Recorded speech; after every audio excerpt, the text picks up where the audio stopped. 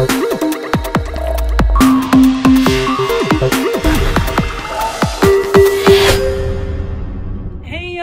back. In this video, I'm going to show you how to make this really cool folded ruffle mermaid scale wreath using a wireframe from the Dollar Tree and mesh from Hobby Lobby. So stay tuned and I will show you how to make it. Alrighty, let us get started. So first off, what I have here is a bunch of beautimous mesh. I got all of this mesh at Hobby Lobby, and actually I didn't even check the sales today. I got there and it was all 50% off. Yay me! And what this is the polyproof mesh ribbon. It's weatherproof. I mean, most all mesh is weatherproof. It's made out of plastic. Hello? Most of it is. It is 10 inches by 10 yards, $8.99 a roll, but like I said, it was 50% off. And I got all 5 of these colors. Now, I know a lot of people are probably going to comment and ask, well, exactly how much mesh am I going to have to use? And, you know, I can't tell you how many rolls to buy of each color because I don't know how many different colors you're going to use. If you're going to use a single one, 2 colors, you can use 10 colors if you want to. What we're going to be using is 60 of these little flat ruffles, and each one of them is going to be 10 inches. Okay, so 10 inches times 60, there's the math. That'll tell you how much actual mesh you're going to use. So let's get this out of the way. You're also going to need a darn good pair of scissors. You're going to need some pipe cleaners, a 14-inch wreath form from the Dollar Tree or wherever you want to get your wreath forms. You don't have to get them right at the Dollar Tree if you don't want to. You're also going to need something to use to measure your mesh. Y'all know I hate measuring mesh. I hate cutting it like that. I just like to do my own thing. But for this, you kind of need all of your pieces to be uniform, cut 10 inches. Okay, so it's 10 inches wide, 10 inches wide again. So you have a perfect little 10-inch square. Now you want to take your pipe cleaner and cut it in half. Take that half, take that half and bend it into a V, okay? And lay that off to the side. So what you're going to do with your little 10-inch piece is turn it so that there's a cut edge here and a cut edge here, okay? Because these pretty little seamed perfect edges, that's what's going to be facing out. Now you're going to start to make just a regular, like a ruffle, using your thumbs here in the center and then taking your fingers and just gathering it up like this. Just like that. See, it looks like a bow tie now. And now we're going to clamp it between our fingers and take this little V, try to get it as perfectly in the center as you can, okay? Because this, you really need it to be centered for this to look okay. And then just tighten it around the center, like that. So now this is not perfectly centered. I'm going to pull it. There we go. Now we have something that looks kind of like a bow, butterfly, what have you. I'm just going to trim off these little edges here.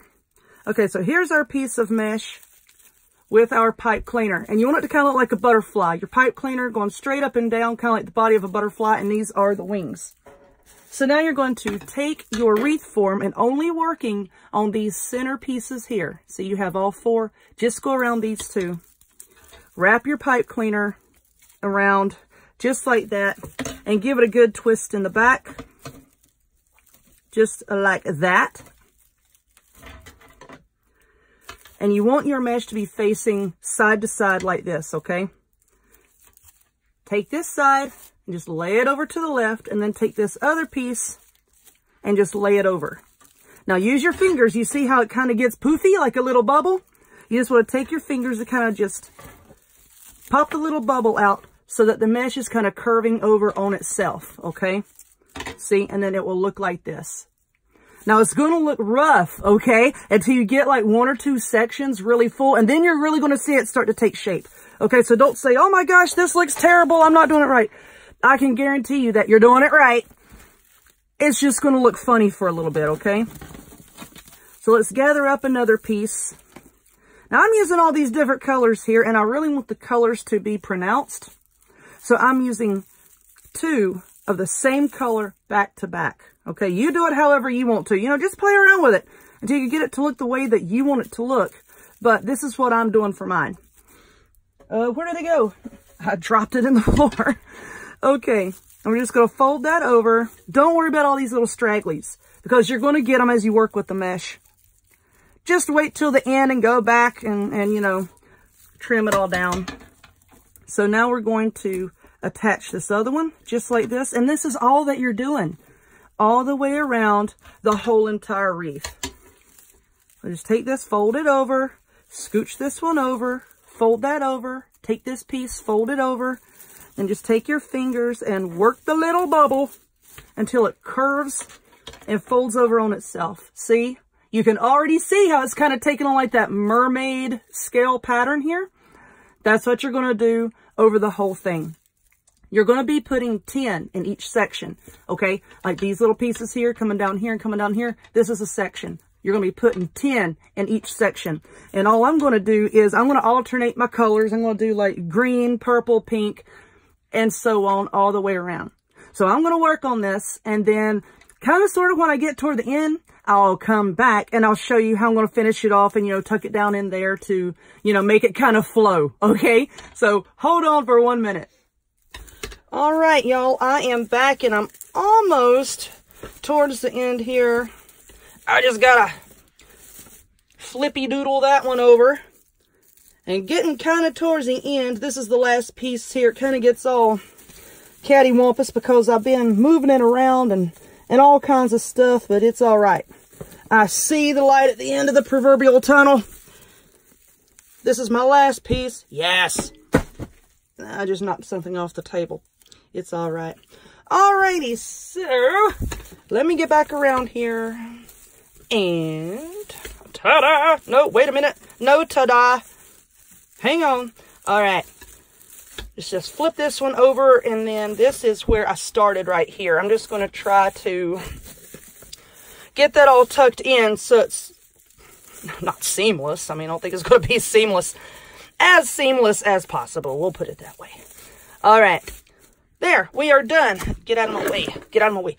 We're finished. And this is what it looks like.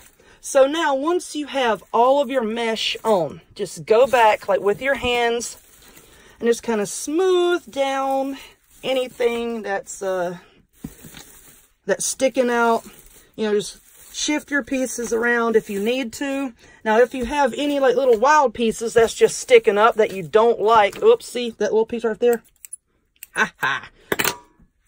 Just cut it off with your scissors. That just sounds kind of rude, doesn't it? I don't like the way you look. I'm just going to cut that little piece off. But anyway, that is pretty much it. It's really simple, right? I mean, it looks like mermaid scales or, what are those flowers? Bluebells. Kind of looks like little bluebells. Blue bonnets, whatever you call them. I don't know what to call them. I call them bluebells.